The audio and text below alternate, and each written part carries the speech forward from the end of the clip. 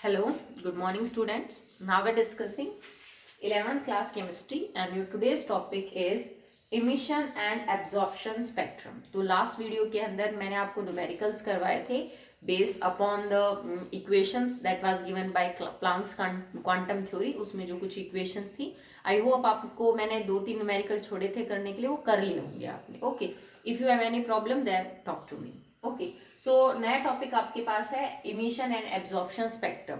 Spectrum क्या होता है, कैसे काम करता है, ये एक्चुअली में एविडेंस है in the support of quantum theory जो कि प्लांक्स ने दी थी। उसने ये बोला था कि जो एनर्जी है ना फोटोन की is equal to H nu, और करेक्टली आप इसको लिख सकते हो is equal to N H nu. Planck's quantum theory ने बोला था, और उसने ये कहा था कि एनर्जी जो है ना वो क्वांटनाइज्ड होती है। क्वांटनाइज से मेरा मतलब ये है कि एनर्जी या तो एच न्यू होगी या 2h न्यू होगी, क्योंकि n के जो वैल्यू है it can very from 1 2 3 and so on. तो या तो ये h न्यू होगा या फिर ये 2h न्यू होगा, 3h न्यू, 4 5 6 इस तरह से। मतलब आप इनको यूं नहीं बढ़ा सकते कि 2.5 हो गया, 1.6 हो गया, 1.8 हो गया, नहीं, ये मल्टीपल में बढ़ती है हमेशा। या तो 1 गुना, फिर उसका दुगुना, फिर तिगुना, फिर 4 गुना, फिर 5 गुना, यूं एनर्जी होती है। और इस टर्म को हम क्वांटानाइज्ड बोलते हैं। This is known as quantized. तो आप यहां पे बोलोगे that energy of a photon is quantized. Okay, इस चीज को आप बड़ी आसानी से यूं समझ सकते हो। जैसे मान लो कि तुम कहीं पे जा रहे हो और तुमने कोई टैक्सी किराए पे कर रखी है, और उस टैक्सी का जो उसने चार्ज आपसे लिया है ना वो ये ले रखा है कि पर किलोमीटर वो आपको 100 रुपीज चार्ज कर रहा है। ठीक है, तो उनका जो मीटर है ना वो कैसे काम करता है, जैसे मान लीजिए ये आपका स्टार्टिंग पॉइंट था, वो 0 रीडिंग दिखाएगा मीटर में कि 0 पैसे हैं। जैसे ही 1 किलोमीटर आ जाएगा वो सीधा 100 रुपए दिखा देगा मीटर में। फिर 1 किलोमीटर से जब तक 2 किलोमीटर पूरा नहीं होगा वो 100 ही रीडिंग दिखाएगा चार्ज की। जैसे ही 2 किलोमीटर पूरा हो जाएगा वो सीधा 200 रुपए दिखा देगा। फिर 2 से जैसे 3 किलोमीटर पूरा होगा वो 300 दिखा देगा। वो यूं नहीं दिखाता कि 0 1 2 3 4 5 रुपए बढ़ रहे हैं फिर 100 हो गया। ठीक है, ऐसा नहीं होता। जबकि आपने कई बार डीजल पेट्रोल डलवाया हो तो उनकी जो रीडिंग बढ़ती है ना वो यूं ही बढ़ती है, 1 2 3 4 5। जैसे एक साइड में आपका लीटर चलता रहेगा कि आपने कितने लीटर तेल डलवाया, और एक साइड में पैसे का जो रीडिंग है वो चलती रहती है कि भाई अब 5 रुपए का हो गया, अब 10 का हो गया, 50 का, 100 का, 1000 का हो गया। तो वो क्वांटनाइज नहीं है, वो लगातार बढ़ रहा है, वो कॉन्टिन्यूस मैनर में बढ़ रहा है। पर इनका जो ये मीटर ऐसे काम करता है कि पहले 100 रीडिंग दिखाए, फिर 200 दिखाए, फिर 300 दिखाए, इसको हम बोलते हैं दैट दिस मीटर इज क्वांटानाइज्ड। जो किसी चीज के मल्टीपल में बढ़े, लगातार ना बढ़े, उसको हम बोलते हैं क्वांटानाइज्ड। ठीक है, तो प्लांक्स ने ये बात बोली थी कि जो एनर्जी है ना फोटॉन्स की वो क्वांटानाइज्ड होती है। ओके, मतलब वो इस तरह मल्टीपल में बढ़ती है। स्पेक्ट्रम क्या है, कैसे काम करता है, ये आगे जाके इस बात को प्रूव करेगा कि ये जो क्वांटानाइजेशन वाला कॉन्सेप्ट है ना एनर्जी का, ये सही था। ठीक है, तो स्पेक्ट्रम को हम पढ़ के एज एन एविडेंस यूज करेंगे for Planck's quantum theory. Okay, तो उससे पहले आपको पता होना चाहिए व्हाट इज स्पेक्ट्रम। सो इसके लिए आपको समझना जरूरी है कि चीजें होती क्या है। देखो, क्योंकि ये चीज आपके लिए नई है, आपने वैसे सुना तो होगा जैसे 4G स्पेक्ट्रम है, 2G स्पेक्ट्रम है। तो स्पेक्ट्रम वगैरह क्या होते हैं, जब आप कोई रेडिएशन लेते हो, जैसे मान लीजिए आप सूरज से आने वाली रोशनी को ही लो, तो उसमें डिफरेंट डिफरेंट टाइप की वेवलेंथ और फ्रीक्वेंसी की रेडिएशंस होती हैं। ठीक है, देखो एक लाइट होती है जिसको हम बोलते हैं मोनोक्रोमेटिक लाइट। मोनोक्रोमेटिक लाइट, जैसे आपके घर में लेजर लाइट, आप यूजुअली बच्चे टॉयज वगैरह में यूज करते हैं इसको, लेजर लाइट जो। ठीक है, अलग अलग तरह की रेडिएशंस होती है। कुछ रेडिएशंस ऐसी होती है जिसमें सिर्फ एक वेवलेंथ और एक फ्रीक्वेंसी है, उनको हम मोनोक्रोमेटिक लाइट बोलते हैं कि भाई अलग अलग इसमें रेज नहीं है, ये सिर्फ एक ही टाइप की रेज है इस लाइट में, रेडिएशन में सबकी फ्रीक्वेंसी एक, सबकी वेवलेंथ एक। जैसे लेजर से निकलने वाली जो रोशनी है वो मोनोक्रोमेटिक लाइट होती है। बट बहुत सारी ऐसी रेडिएशंस है जिनके अंदर मिक्सअप मिलता है। जैसे आप विजिबल की बात करो, जो विजिबल है एक्चुअली मेड बाय विवग्योर। ओके, और इसमें 7 अलग अलग वेवलेंथ और 7 अलग अलग फ्रीक्वेंसीज पाई जाती है, एक तो नहीं है भाई। जो विजिबल लाइट है जिसकी वजह से हम देख पाते हैं, actually it have 7 different wavelength and 7 different frequencies of different colour. बात समझ रहे हो आप? ठीक है। तो ये एक मोनोक्रोमेटिक लाइट हम इसको नहीं बोल सकते। जो सूरज से आने वाली रोशनी है उसमें तो और भी रेस पाई जाती हैं, अल्ट्रावायलेट है, इंफ्रारेड रेडिएशन है, ठीक है। तो कुछ ऐसी लाइट होती है जिनके अंदर डिफरेंट रेडिएशंस होती हैं अलग अलग वेवलेंथ और फ्रीक्वेंसी की, और कुछ ऐसी होती है जिसमें सिंगल होती है। तो जब आपके पास कोई ऐसी लाइट आए that have different radiations of different wavelength and frequency, आपके पास कोई ऐसा सोर्स हो जिसमें से रेडिएशन इमिट हो रही हो, ठीक है। वो सोर्स कुछ भी हो सकता है, जैसे सन है, कोई आपने हीटेड ऑब्जेक्ट ले रखा है, आपने एक आयरन की रॉड को गर्म कर रखा है, हीटर जो है उसकी कॉइल से आपने चला रखा है, तो उसकी कॉइल से निकलने वाली जो रेडिएशन है, तो आपके पास रेडिएशन का कोई भी सोर्स हो सकता है। अगर उस रेडिएशन के अंदर जो एक्चुअली में बहुत सारी रेडिएशंस मिली हुई हैं जिनकी डिफरेंट वेवलेंथ और डिफरेंट फ्रीक्वेंसी है, तो हम क्या करते हैं कि इस रेडिएशन को जिसमें डिफरेंट वेवलेंथ और फ्रीक्वेंसी है, इसको एक प्रिज्म में से पास करते हैं। We pass this radiation that composed of different radiations, अलग अलग फ्रीक्वेंसी और वेवलेंथ, उसको हम प्रिज्म में से पास करते हैं। और प्रिज्म में से पास करने के बाद ये जो रेडिएशन है ना, इसकी फ्रीक्वेंसी और वेवलेंथ अलग अलग हो जाती है। जो भी फ्रीक्वेंसी और हम एक प्रिज्म में से पास करें तो ये जो डिफरेंट वेवलेंथ और फ्रीक्वेंसीज है ना, रेडिएशन जो मिक्सअप थी वो अलग अलग हो जाती है। अलग अलग वेवलेंथ और फ्रीक्वेंसी की जो रेडिएशन है वो अलग अलग हो जाती है, ठीक है। तो हम ये बेसिक प्रिंसिपल यूज करते हैं स्पेक्ट्रम को पढ़ने में। होता क्या है बेटा कि जब आप रेडिएशन जिसके अंदर बहुत सारे कंपोनेंट है फ्रीक्वेंसी और वेवलेंथ के, आप किसी प्रिज्म में से पास करोगे तो ये प्रिज्म हर फ्रीक्वेंसी और वेवलेंथ की जो लाइट है उसको अलग अलग कर देता है, ठीक है। ये इंस्ट्रूमेंट जो ये काम करता है कि डिफरेंट वेवलेंथ और फ्रीक्वेंसी को अलग अलग कर देता है, इस इंस्ट्रूमेंट को हम क्या बोलेंगे? The instrument that do this is known as spectroscope. इसको हम स्पेक्ट्रोस्कोप बोलते हैं या फिर हम इसको स्पेक्ट्रोग्राफ भी बोल सकते हैं, और स्पेक्ट्रोग्राफ। ओके, जैसा तुमने व्हाइट लाइट के केस में पढ़ा भी है, 10th में पढ़ा था ना, प्रिज्म में से पास करते हैं तो सातों कलर अलग अलग हो जाते हैं। भाई सबकी वेवलेंथ अलग अलग है। जैसा जब रेनबो बनता है आसमान में तो देखने को मिलता है, जो बारिश के बाद हल्की बूंदे होती हैं पानी की, वो स्कैटर कर देती है लाइट को, ठीक है। वो प्रिज्म का काम कर रही है एक तरह से। आप यूं समझ लीजिए कि हल्की हल्की धूप है और अभी एनवायरमेंट में वाटर ड्रॉपलेट्स हैं एयर में, तो उनके ऊपर जैसे ही वाटर ड्रॉपलेट्स पे सूरज की रोशनी गिरेगी, दैट इज व्हाइट लाइट, वो स्कैटर कर देती है व्हाइट लाइट को, और अलग अलग वेवलेंथ और फ्रीक्वेंसी के जो आपको रंग है वो दिखते हैं। तो सेम अगर आपको एक रेडिएशन जिसमें अलग अलग फ्रीक्वेंसी और वेवलेंथ है उसको आप एक प्रिज्म में से पास करो, तो वो प्रिज्म जो है वो अलग अलग दिखा देता है, डिफ्रैक्ट कर देता है अलग अलग फ्रीक्वेंसी और वेवलेंथ की लाइट को। और जो इंस्ट्रूमेंट इसके प्रिंसिपल पे काम कर रहा है, जो अलग अलग करके दिखाता है हमें रेडिएशन, उसको हम स्पेक्ट्रोस्कोप या फिर स्पेक्ट्रोग्राफ बोलते हैं। अगर ये बाहर निकलने वाली अलग अलग फ्रीक्वेंसी और रेडिएशंस को हम किसी फोटोग्राफिक प्लेट के ऊपर देखें, हम किसी फोटोग्राफिक प्लेट के ऊपर ऑब्जर्व करें, तो हमें एक पैटर्न नजर आता है। बहुत सारी लाइन्स ही नजर आएंगी आपको, कुछ पास कुछ ज्यादा। ये बिल्कुल वैसे ही अपीयर होता है जैसे तुम्हारे घर में बार कोड देखा होगा तुमने कई बार, किसी सामान के पीछे वो लाइन्स नहीं होती है ब्लैक व्हाइट कलर की, कुछ पास कुछ थोड़ी ज्यादा, कुछ मोटी कुछ पतली, उस टाइप का आपको एक पैटर्न नजर आएगा। पर हाँ, यहाँ पे सिर्फ ब्लैक और व्हाइट नहीं होता, अलग अलग रंग हो सकते हैं।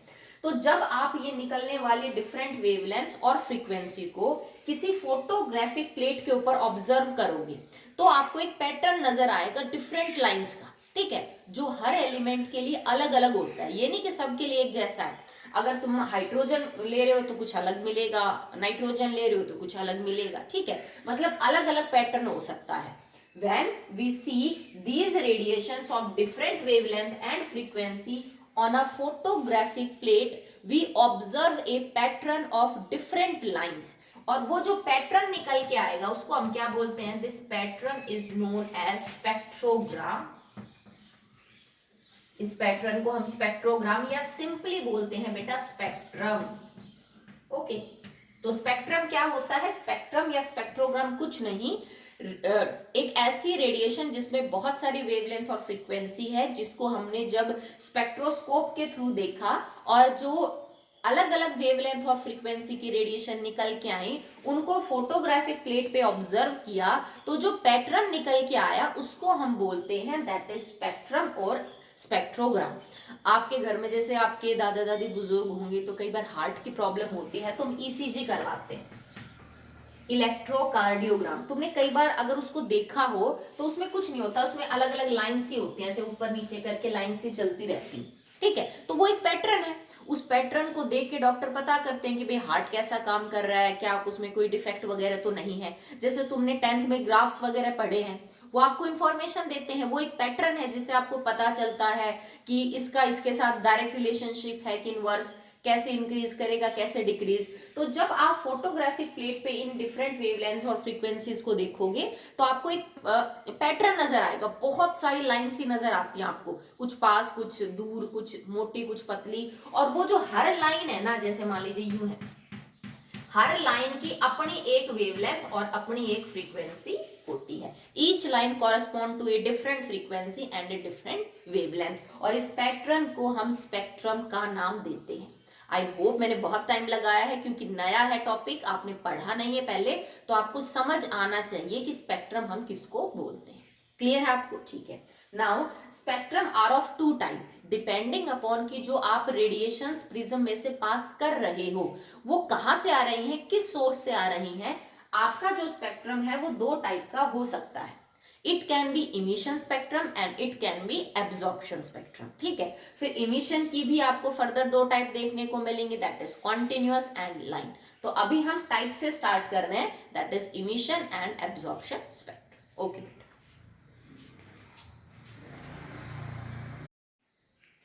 What is emission spectrum?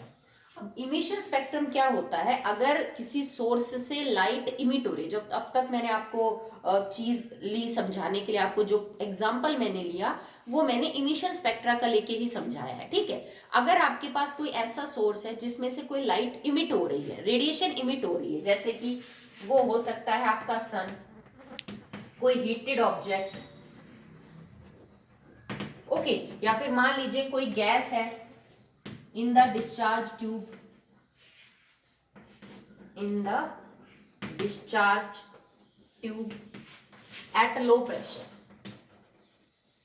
आपको ध्यान है ना, हमने कैथोड रेज एनोड रेज पढ़ा था, तो उसमें हमने एक क्रूक्स ट्यूब थी, उसकी डिस्चार्ज ट्यूब जिसको हमने बोला था, उसमें हमने डिफरेंट गैसेस को लिया था एट लो प्रेशर, और हमने ऑब्जर्व किया था कि करंट पास हो रहा है, वो ऑल दैट उसके बारे में बात कर रहे हैं। तो अगर आपके पास कोई भी ऐसा सोर्स है जिसमें से रेडिएशंस इमिट हो रही हैं, जैसे सूरज है, कोई चीज है जिसको आपने बहुत गर्म कर रखा है उसमें से, या कोई गैस ले रखी है डिस्चार्ज ट्यूब में जो लो प्रेशर के ऊपर है, ठीक है, तो आप क्या करोगे, इन रेडिएशंस को आप पास करोगे थ्रू स्पेक्ट्रोस्कोप, थ्रू स्पेक्ट्रोस्कोप, और जो पैटर्न आपको नजर आएगा जिसको हम क्या बोलेंगे, दैट इज स्पेक्ट्रम, उस स्पेक्ट्रम को हम कैसा नाम देंगे, it is known as the emission spectrum. समझ आया? तो इमिशन स्पेक्ट्रम क्या होगा, अगर किसी सोर्स से रेडिएशंस इमिट हो रही हैं और उन रेडिएशंस जो इमिट हो रही है उनको हम प्रिज्म में से पास करें, मतलब स्पेक्ट्रोस्कोप में से गुजारें, तो जो पैटर्न आपको ऑब्जर्व होगा उसे हम इमिशन स्पेक्ट्रम बोलेंगे। रेडिएशन इमिट होने की वजह से जो स्पेक्ट्रम आपको देखने को मिलता है। Okay, now depending upon the source of radiation, कि आपका रेडिएशन का सोर्स क्या है, इमिशन स्पेक्ट्रम भी दो टाइप के होते हैं। कौन कौन से टाइप के मिलेंगे बेटा? Can be line spectrum, can be continue, और एक तो आपका लाइन स्पेक्ट्रम मिलेगा और एक आपका कॉन्टिन्यूअस। लाइन और कॉन्टिन्यूअस में फर्क क्या होता है? कॉन्टिन्यूअस स्पेक्ट्रम में जो एक लाइट को हमने डिफरेंट वेवलेंथ और फ्रीक्वेंसी में सेपरेट किया, वो डिफरेंट वेवलेंथ आपस में बिल्कुल पास पास होती है, मर्ज होती हुई दिखाई देती है, मतलब बहुत क्लियर कट सेपरेशन नहीं होता कि एक वेवलेंथ ये है, दूसरी ये है, तीसरी ये है, उनके वो आपस में एक दूसरे से थोड़ी अटैच्ड होती है, मर्ज सी हो जाती है। जबकि जो आपका ये लाइन स्पेक्ट्रम है, लाइन स्पेक्ट्रम में जो आपको अलग अलग वेवलेंथ और फ्रीक्वेंसी की लाइंस मिलेंगी उनमें अच्छा खासा गैप पाया जाएगा, ठीक है, वो एक तरह से डिसकंटिन्यूअस स्पेक्ट्रम ही होता है। ओके, तो चलिए बात करते हैं अबाउट द कॉन्टिन्यूअस स्पेक्ट्रम। तो ये आपका पढ़ा हुआ है। कैसे? जब आप एक प्रिज्म में से व्हाइट लाइट को पास करते हैं, ये तुमने 10th में भी पढ़ा होगा, जब हम व्हाइट लाइट को प्रिज्म में से पास करते हैं तो जो व्हाइट लाइट है वो अपने 7 कलर्स के अंदर स्प्लिट हो जाती है। ठीक है, आपको अलग अलग कलर देखने को मिलेंगे। ठीक है, आपको 7 डिफरेंट कलर्स देखने को मिलेंगे and it is like VIBGYOR, that is VIBGYOR. इसमें आप सबको पता है कि विब क्योर के अंदर जो वॉयलेट से जब आप रेड की तरफ जाओगे तो वेवलेंथ जो है वो क्या होगी आपकी, सबसे ज्यादा हो जाएगी रेड की, और सबसे कम वेवलेंथ किसकी है, वॉयलेट की। तो फ्रीक्वेंसी सबसे ज्यादा हो जाएगी वॉयलेट की और फ्रीक्वेंसी सबसे कम हो जाएगी दैट इज रेड की। ये आपने कर रखा है कि जब भी हम व्हाइट लाइट को प्रिज्म में से पास करेंगे तो व्हाइट लाइट अपने 7 डिफरेंट कलर्स के अंदर स्प्लिट हो जाएगी और आपको ये पैटर्न फोटोग्राफिक प्लेट के ऊपर नजर आएगा। पर ये जो रंग नजर आएंगे ना, जैसा सेम इंद्रधनुष के केस में होता है, जैसा आपने कई बार कोई सीडी ली होगी उसको थोड़ा फ्लिप करके देखो तो उस पे इंद्रधनुष आपको नजर आता है, साबुन का जो बुलबुला है उसमें आपको कलर नजर आते हैं। ठीक है, तो यहाँ पे जब आप इस चीज को फोटोग्राफिक प्लेट के ऊपर ऑब्जर्व करोगे पैटर्न को, तो जैसे मान लो 7 रंग है आपके पास, 1 2 3 4 5 6 7, ये जो 7 रंग आएंगे ना यहाँ से, ये इतने एक दूसरे के अंदर मर्ज होंगे कि आपको समझ ही नहीं आएगा कि कौन सा कलर कहाँ खत्म हो रहा है और कहाँ शुरू।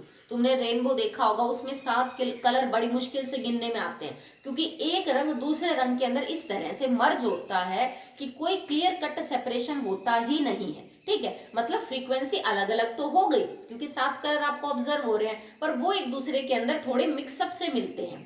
तो इस तरह का जो स्पेक्ट्रम होगा ना इमिशन में, जिसमें डिफरेंट वेवलेंथ्स आपस में बहुत ही कनेक्टेड होती हैं, ठीक है, सेपरेशन नहीं होता बहुत ज्यादा उनमें, इस टाइप के स्पेक्ट्रम को हम क्या बोलते हैं, इमिशन स्पेक्ट्रम में line spectrum, sorry continuous spectrum का नाम हम उसको देंगे कि स्पेक्ट्रम बहुत ही कॉन्टिन्यूस है, लगातार आपस में क्या हो रही है, चीजें एक दूसरे के साथ मर्ज हो रही है। समझ आया आपको? चलिए, अब ये तो हम पढ़ा था हमने, दैट इज कॉन्टिन्यूस। अब लाइन स्पेक्ट्रम की बात करते हैं। लाइन स्पेक्ट्रम में इतनी कॉन्टिन्यूस लाइंस आपको देखने को नहीं मिलती। जैसे मान लीजिए आपके पास कोई वॉलेटाइल सॉल्ट है, वॉलेटाइल का मतलब दैट कैन फॉर्म वेपर।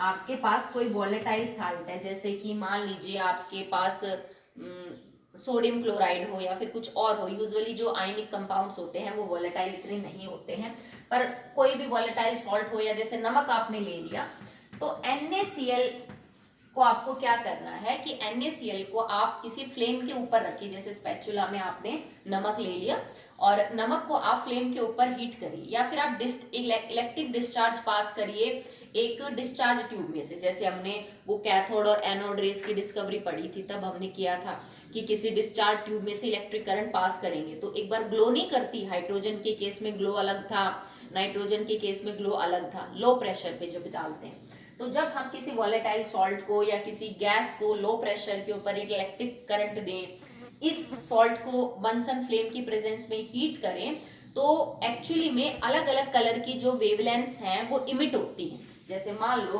तुमने नमक को हीट किया, ये NaCl है, इसको स्पैचुला के ऊपर मैं हीट कर दी, तो हीट करने पे ना इसके अंदर से रेडिएशंस इमिट होंगे, क्योंकि तुम किसी बॉडी को हीट कर रहे हो तो वो पहले उसने एब्जॉर्ब करी, अब वो इमिट करेगा रेडिएशंस को। तो ये जो रेडिएशंस इमिट करता है ना, ये किसी पर्टिकुलर वेवलेंथ और फ्रीक्वेंसी की करेगा, ये लगातार नहीं होगी। डिपेंडिंग अपॉन आपने सब्सटेंस क्या ले रखा है, ये जो रेडिएशंस इमिट करेगा वो इसके नेचर पे डिपेंड करती है। अगर ये सोडियम क्लोराइड है तो ये जो रेडिएशन इमिट करेगा वो येलो रीजन की होंगी, येलो, जैसे येलो आपके पास क्या है, ये वाली, ठीक है। अगर आप सोडियम क्लोराइड को लेके हीट कर रहे हो तो आपको येलो रीजन में वेवलेंथ जो है वो नजर आएंगी, लाइंस जो होंगी उनकी वेवलेंथ येलो रीजन के आसपास होगी। अगर आपने यही पोटेशियम क्लोराइड ले लिया होता तो आपको जो लाइंस नजर आती है ना स्पेक्ट्रम में, उनकी वेवलेंथ वॉयलेट रीजन को जो है वो क्या करती बेटा, कॉरेस्पॉन्ड करती। अगर आपको बिल्कुल एग्जैक्टली पता करना है कि एक्चुअली में जो सोडियम क्लोराइड है वो कितनी कितनी फ्रीक्वेंसी की और कितनी कितनी वेवलेंथ की जो है वो लाइन इमिट करता है, तो इट इज लाइक 5890 एंगस्ट्रॉन। आपको दो लाइंस देखने को मिलेंगी, एक तो मिलेगी आपको 5890 एंगस्ट्रॉन की और एक मिलेगी 5896 एंगस्ट्रॉम। अब इसको आप अगर नैनोमीटर में कन्वर्ट करते हो तो देखो लगभग आपको 590 के आसपास की जो है वो देखने को मिलेंगी। दो अलग अलग वेवलेंथ होंगी एग्जैक्टली इस वेवलेंथ की एंगस्ट्रॉन में दे रखा है। तो इसको हम अगर आप चेक करोगे कि कल मैंने उस दिन विबग्योर का डाटा बताया था कि विबग्योर में जो आपकी रेंज है वो 380 से 760 के बीच में होती है, तो विबग्योर रीजन की वेवलेंथ तो ठीक है, पर उसमें भी एग्जैक्टली आप बता सकते हो कि ये येलो कलर के लिए है। तो जब मैं सोडियम क्लोराइड को हीट करती हूँ बंसन फ्लेम के ऊपर तो उसमें से दो रेडिएशन इमिट होती हैं, और जब उन रेडिएशंस को मैं स्पेक्ट्रोस्कोप से थ्रू देख के एक फोटोग्राफिक प्लेट पे उसका पैटर्न ऑब्जर्व करूंगी तो मुझे दो लाइंस नजर आती हैं येलो कलर की, जिन दो लाइंस की वेवलेंथ ये और ये है, और बाकी पूरी जगह अंधेरा मिलेगा। मतलब जो फोटोग्राफिक प्लेट होगी ना उसमें आपको दो लाइन नजर आएंगी बस येलो रीजन की, जिनकी वेवलेंथ ये, बाकी सब जगह पूरा अंधेरा है, और इन दोनों लाइंस के बीच में आपको गैप मिलेगा। तो इस तरह का जो स्पेक्ट्रम निकल के आता है उसको हम बोलते हैं दैट इज लाइन स्पेक्ट्रम। और ये किसी भी कंपाउंड का यूं समझ लीजिए उसका आइडेंटिफिकेशन का तरीका है। अगर नमक है तो वो हमेशा ही यही दो फ्रीक्वेंसी की वेवलेंथ बाहर देगा, ऑलवेज, सॉरी रेडिएशंस बाहर देगा। ये तो वेवलेंथ है, आप इसकी फ्रीक्वेंसी भी निकाल सकते हो। अगर ये पोटेशियम क्लोराइड है तो वो अलग फ्रीक्वेंसी और वेवलेंथ की देगा हमेशा, पर यही रहेगा। ये नहीं अब ये दे रहा है थोड़ी देर बाद कुछ और दे देगा, नहीं। जैसे हमारे लिए फिंगरप्रिंट होते हैं ना, हमारी आइडेंटिफिकेशन का तरीका, किसी भी कंपाउंड के लिए उसका लाइन स्पेक्ट्रम उसकी आइडेंटिफिकेशन होती है, ठीक है। सोडियम क्लोराइड हमेशा ये दो ही लाइट देगा आपको, इसी फ्रीक्वेंसी की और इसी वेवलेंथ की जो मेंशन कर रखी है, वो कभी अलग नहीं देगा। अगर आप KCl लोगे तो आपको वायलेट रीजन के अंदर वेवलेंथ नजर आएंगी, अगर आप लिथियम क्लोराइड लोगे तो आपको पिंक रीजन के अंदर जो लाइंस है वो नजर आएंगी, और इन लाइंस के बीच में गैप होता है। आगे पीछे आपको ब्लैक कलर मिलेगा, सिर्फ ये जो लाइट है वो आपको डिफरेंट कलर्स की देखने को मिलेंगी। तो ये जो स्पेक्ट्रम है इसको हम क्या बोलते हैं, लाइन स्पेक्ट्रम। एक्चुअली में ये ऑब्जर्व किया गया कि ये जो स्पेक्ट्रम है ये कैसे निकल के आते हैं, कि पहले जब आप किसी चीज को गर्म करते हो तो उस एलिमेंट का या उस कंपाउंड का, एलिमेंट भी हो सकता है कोई कंपाउंड भी, उस कंपाउंड के अंदर जो एटम है उसके अंदर जो इलेक्ट्रॉन है वो रेडिएशंस को एब्जॉर्ब करते हैं। मतलब प्रिंसिपल क्या है इस चीज का, कि जब आप किसी चीज को गर्म करोगे तो वो एलिमेंट या कंपाउंड कुछ भी हो उसके अंदर एटम है, उसके अंदर इलेक्ट्रॉन है, वो इलेक्ट्रॉन्स उस एनर्जी को ले लेते हैं, और इलेक्ट्रॉन जब एनर्जी को बेटा एब्जॉर्ब करेगा ना तो एनर्जी बढ़ जाएगी इलेक्ट्रॉन की। और केमिस्ट्री में एक सिंपल सा रूल होता है, एनर्जी का स्टेबिलिटी के साथ इनवर्स कनेक्शन होता है। अगर सिस्टम की एनर्जी बढ़ गई तो उसकी स्टेबिलिटी घट जाएगी, और किसी भी चीज को ज्यादा स्टेबिलिटी चाहिए, कम तो नहीं चाहिए। तो जैसे ही कोई एटम का इलेक्ट्रॉन एनर्जी एब्जॉर्ब करता है, भाई तुम उसको गर्म कर रहे हो तो उसको एब्जॉर्ब करनी पड़ेगी एनर्जी, उसने गर्म करी तो उसकी एनर्जी बढ़ गई इलेक्ट्रॉन की, और उसको जल्दी रियलाइज हो जाता है कि एनर्जी बढ़ा के तो मैंने स्टेबिलिटी घटा चुका हूं, तो वो जो एनर्जी आपने एब्जॉर्ब करवाई ना उसको वो बाहर छोड़ेगा। जैसे मान लो तुमने किसी आयरन रॉड को रेड हॉट गर्म किया और अब उसको रख दिया, तो धीरे धीरे वो अपनी एनर्जी बाहर छोड़ती है, क्योंकि उसको पहले जैसा स्टेबल हो रहा है। एनर्जी बाहर निकालेगा तभी तो उसकी स्टेबिलिटी क्या होगी, बढ़ेगी, ठीक है। तो ये जो स्पेक्ट्रम है ना एक्चुअली में इसी प्रिंसिपल पे काम कर रहा है कि एटम्स के इलेक्ट्रॉन एनर्जी एब्जॉर्ब करते हैं, फिर वो स्टेबिलिटी दोबारा पहले जैसी करने के चक्कर में उस एनर्जी को बाहर करते हैं, और ये एनर्जी जो इमिट होती है इसको फिर हम फोटोग्राफिक प्लेट के ऊपर स्पेक्ट्रोस्कोप के थ्रू पास करते हैं। वो अलग अलग वेवलेंथ और फ्रीक्वेंसी की लाइट को सेपरेट कर देता है, उसको फिर हम फोटोग्राफिक प्लेट के ऊपर ऑब्जर्व करते हैं और फिर हम स्पेक्ट्रम देखते हैं। तो एक्चुअली में ये जो स्पेक्ट्रम है इसको आप एटॉमिक स्पेक्ट्रम भी बोल सकते हैं।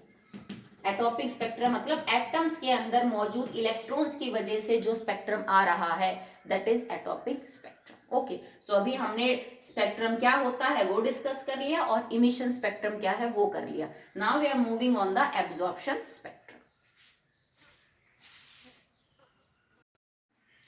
द एब्जॉर्प्शन स्पेक्ट्रम, तो एब्जॉर्प्शन स्पेक्ट्रम कब देखने को मिलता है कि आप मान लीजिए आपके पास एक व्हाइट लाइट है, व्हाइट लाइट को आप सीधा प्रिज्म में से पास नहीं कर रहे या फिर स्पेक्ट्रोस्कोप के थ्रू फोटोग्राफिक प्लेट पे ऑब्जर्व नहीं कर रहे, आपने क्या किया, व्हाइट लाइट को पहले या तो किसी कंपाउंड के वेपर्स के थ्रू या फिर उसके सॉल्यूशन में से पास किया।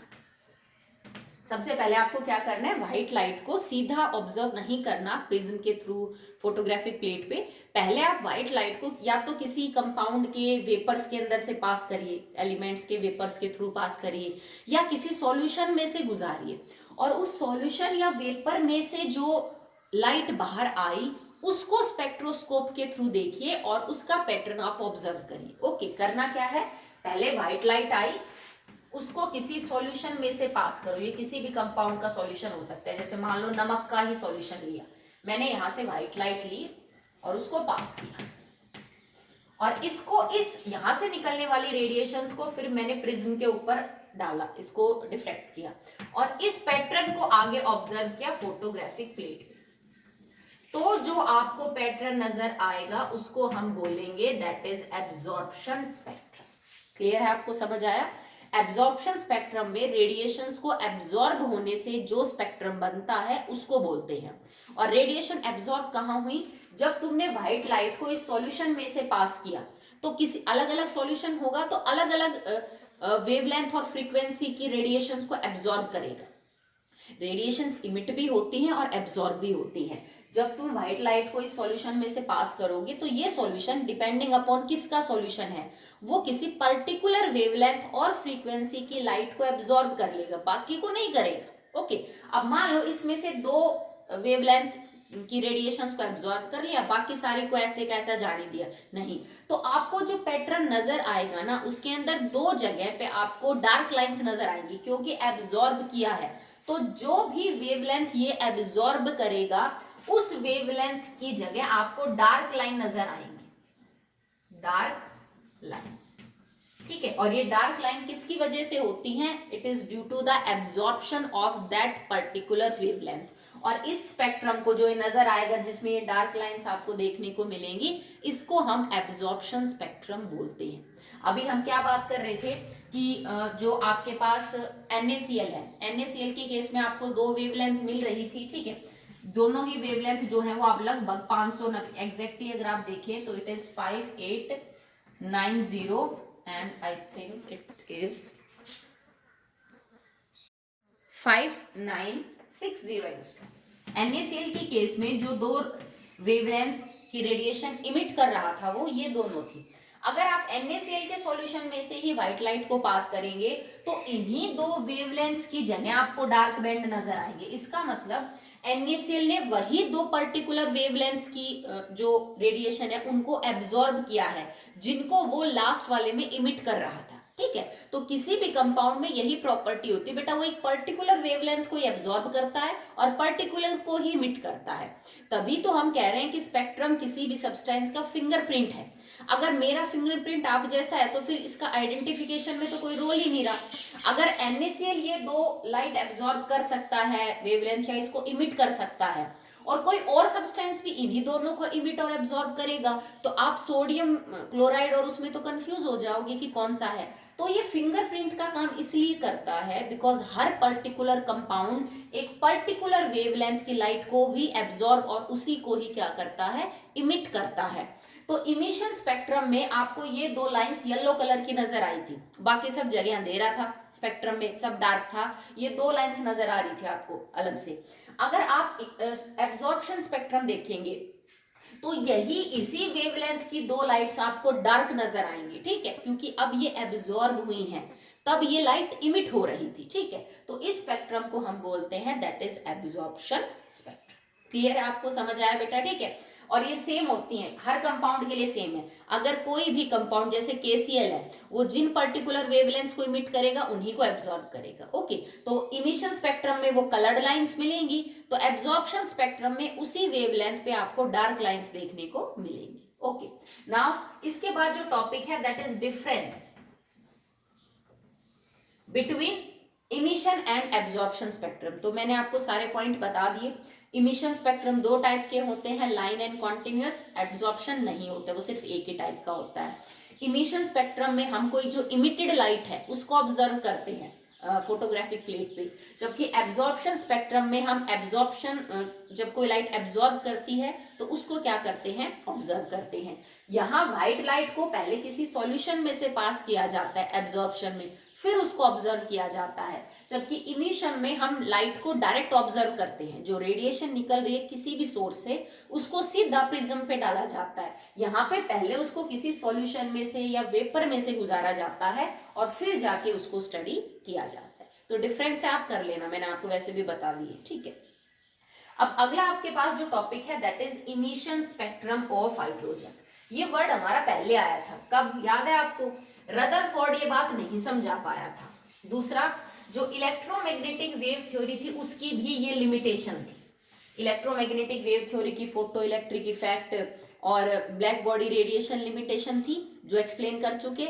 उसके बाद हीट कैपेसिटी, लाइन स्पेक्ट्रम, ये आगे हमें पढ़ना है। तो ये जो लाइन स्पेक्ट्रम हम पढ़े ना, ये एक्सप्लेन नहीं कर पाया जो आपका इलेक्ट्रोमैग्नेटिक वेव थ्योरी थी, कि क्यों किसी एलिमेंट के, कंपाउंड के लाइट एब्जॉर्ब और इमिट करने से ऐसे स्पेक्ट्रम बनते हैं। ओके, तो ये चीज एक्सप्लेन नहीं कर पाया वो। बाकी आगे जाके तो आप इसको पढ़ोगे कि पार्टिकल नेचर की वजह से ये चीज एक्सप्लेन हो सकती है कि किसी भी एटम के अंदर इलेक्ट्रॉन्स है, पार्टिकल्स हैं, वो एनर्जी को इमिट और एब्जॉर्ब करते हैं। जैसे फोटोन अगर मैं बोलूं, लाइट के अंदर फोटोन्स है दैट कैन इमिट और एब्जॉर्ब एनर्जी, जिस वजह से ये लाइंस आपको देखने को मिलती है। वेव के अंदर नहीं होता, वेव एब्जॉर्ब और इमिट नहीं करेगी लाइट को, ठीक है।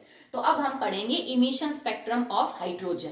हाइड्रोजन का क्यों पढ़ रहे हैं? क्योंकि हाइड्रोजन सबसे सिंपल है बेटा, एक इलेक्ट्रॉन होता है हाइड्रोजन एटम के अंदर, अगर उसका ही पढ़ लिया तो भी बहुत बड़ी बात है, क्योंकि जितना ज्यादा आप एटॉमिक नंबर बढ़ाओगे इलेक्ट्रॉन उतने ही बढ़ेंगे। अब एक इलेक्ट्रॉन कितनी इमिट और एब्जॉर्ब करता है वो पढ़ लिया, तो उसके ज्यादा मान लीजिए 50-100 इलेक्ट्रॉन है तो और कॉम्प्लेक्स स्पेक्ट्रम बनाएंगे, ठीक है। तो अपने सिलेबस में हाइड्रोजन का स्पेक्ट्रम है जो कि काफी सिंपल है बाकियों के कंपैरिजन में, ओके। और हम ये इमिशन स्पेक्ट्रम पढ़ रहे हैं हाइड्रोजन का, मतलब now emission spectrum of hydrogen, ठीक है। और ये हमने कैसे लिया? हमने किया क्या बेटा एक्चुअली में, कि हमने डिस्चार्ज ट्यूब के अंदर हाइड्रोजन गैस को लो प्रेशर के ऊपर भरा, ठीक है। हमने एक डिस्चार्ज ट्यूब ली जिसको हम क्रूक्स ट्यूब भी बोलते हैं, उसमें हमने हाइड्रोजन गैस को भरा और उसको इलेक्ट्रिक डिस्चार्ज दिया at very low pressure. Pressure हमने बहुत ही ज्यादा कम ले रखा है। तो उस टाइम हाइड्रोजन से जो रेडिएशंस इमिट हुई, हाइड्रोजन गैस को जब आप इलेक्ट्रिक डिस्चार्ज दोगे बहुत कम प्रेशर पे तो वो आयोनाइज हो जाती है, ओके। और उसमें से जो रेडिएशंस निकल रही हैं उनको हमने फोटोग्राफिक प्लेट के ऊपर ऑब्जर्व किया। तो एक्चुअली में वो इमिशन स्पेक्ट्रम हो गया किसका? हाइड्रोजन का, क्योंकि भाई हाइड्रोजन में से रेडिएशन इमिट हुई, उसको हमने फोटोग्राफिक प्लेट पे ऑब्जर्व कर लिया। तो हमें क्या देखने को मिला कि दुनिया भर की लाइंस आ रही थी, कोई पास थी, कोई दूर थी, कोई साइज में बड़ी थी, कोई साइज में छोटी थी, इस तरह की बहुत सारी लाइंस आपको देखने को मिली on the photographic plate, okay. और इनको हमने नाम दिया है, it is the emission spectrum of hydrogen. Emission spectrum of hydrogen में बहुत सारी लाइंस होती हैं। अब क्वेश्चन ये आ सकता है कि मैडम इलेक्ट्रॉन तो एक ही है उसमें, ठीक है, इतनी सारी लाइंस कहां से आ गई? तो बेटा सिंपल सी बात है, आप हाइड्रोजन के एक एटम का स्पेक्ट्रम तो डिस्कस करोगे नहीं कि मैडम मेरे पास, क्योंकि एक एटम को आइसोलेट करना मुश्किल है। जब आप हाइड्रोजन, आपने गैस लिया हाइड्रोजन, मान लो मैंने 2 ग्राम भी हाइड्रोजन गैस ली, तो उस 2 ग्राम में भी कितने सारे इलेक्ट्रॉन्स होंगे आप समझ सकते हो, ठीक है। क्योंकि 2 ग्राम हाइड्रोजन, मान लीजिए गैस ही भरी है तुमने, तो 2 ग्राम हाइड्रोजन जो है उसका अंदर, इसका मतलब 1 मोल, और 1 मोल हाइड्रोजन गैस में कितने एटम्स हैं? 6.022 इंटू 10⁻23 और मल्टीप्लाई बाई 2 एटम्स की बात कर रहे हो ना, तो मैंने एटोमिसिटी से मल्टीप्लाई कर दिया। इतने ज्यादा इलेक्ट्रॉन है, तो तुम ये मत सोचो कि मैडम हाइड्रोजन में तो एक इलेक्ट्रॉन है, वही एनर्जी इमिट और एब्जॉर्ब करेगा तो 1-2 लाइन ही आएंगी, नहीं। जो सैंपल तुम हाइड्रोजन गैस का ले रहे हो उसमें कितने सारे इलेक्ट्रॉन हैं, और वो इलेक्ट्रॉन कितनी फ्रीक्वेंसीज को एब्जॉर्ब और इमिट करेंगे, वेवलेंथ को एब्जॉर्ब और इमिट करेंगे, तो तुम्हें बहुत ज्यादा लाइंस नजर आती हैं। और इसका कारण है that you have many electrons because the sample that you are choosing for the observation is having too many number of electrons, और वो सब अगर ऐसा करने लग गए तो आपको बहुत लाइन नजर आएंगी, ओके। नाउ ये जो स्पेक्ट्रम है, इस स्पेक्ट्रम के अंदर कौन सी लाइन को किसने डिस्कवर किया था, उस हिसाब से हमने हाइड्रोजन के इमिशन स्पेक्ट्रम को 5 सीरीज में डिवाइड किया है। ये 5 साइंटिस्ट के नाम हैं जिन्होंने इनको डिस्कवर किया था, ओके। सबसे पहले होती है Lyman, then it is Balmer, Paschen, Brackett and Pfund. ठीक है, सो ये बेटा 5 साइंटिस्ट के नेम है जिन्होंने इनको डिस्कवर किया था, Lyman, Balmer, Paschen, Brackett and Pfund. ये जो है, ये जो आपको लाइंस देखने को मिलती है, क्योंकि हमने बोला इनकी अलग अलग वेवलेंथ है, अलग अलग फ्रीक्वेंसी, यही तो काम करता है स्पेक्ट्रो, जो आपका स्पेक्ट्रो स्कोप है, कि अलग अलग रेडिएशंस, एक रेडिएशंस के अंदर अलग अलग फ्रीक्वेंसी और वेवलेंथ को डिफरेंशिएट कर देगा। तो ये जो अलग अलग लाइन आ रही है ना, हर लाइन की अपनी वेवलेंथ और अपनी फ्रीक्वेंसी है, और तुम हाइड्रोजन एटम के स्पेक्ट्रम की किसी भी लाइन की फ्रीक्वेंसी और वेवलेंथ निकाल सकते हो, किसी की भी। जो अगला टॉपिक हमारा है ही यही, कि किसी भी लाइन की फ्रीक्वेंसी को आप कैसे निकाल सकते हो। ठीक है, तो जो आपकी लेमैन सीरीज है ना, ये अल्ट्रा वायलेट रीजन के अंदर आती है। मतलब लेमैन सीरीज, मान लो यहां से यहां तक लेमैन सीरीज है, तो इसके अंदर जितनी भी लाइंस है उन सब की वेवलेंथ अल्ट्रा वायलेट जो लाइट है उसके बीच में आती है। ठीक है, जो बाल्मर है, मान लो बाल्मर यहां से यहां तक है, तो इसके अंदर जितनी भी वेवलेंथ्स है लाइन की, वो सब विजिबल वेवलेंथ के अंडर आती है। ठीक है, और ये जो बची हुई 3 बच गई, पास्चन, ब्रैकेट और पफर्ड, ये आती है इन द इंफ्रारेड रीजन,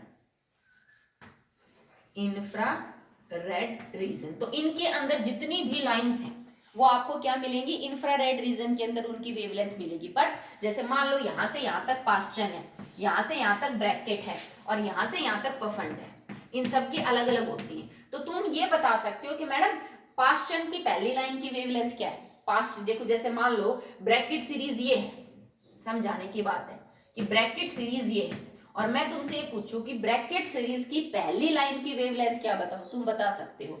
कि लेमैन सीरीज की चौथी लाइन की वेवलेंथ बताओ क्या है, कि बाल्मर सीरीज की 5वीं लाइन की वेवलेंथ बताओ, तो वो आप बता सकते हो। ठीक है, तो डिफरेंट लाइंस जो आपको नजर आ रही हैं, that is actually by the emission of light by different number of electrons in the hydrogen atom. उसके इलेक्ट्रॉन्स जो इमिट कर रहे हैं लाइट, उनकी वजह से आपको ये स्पेक्ट्रम देखने को मिल रहा है।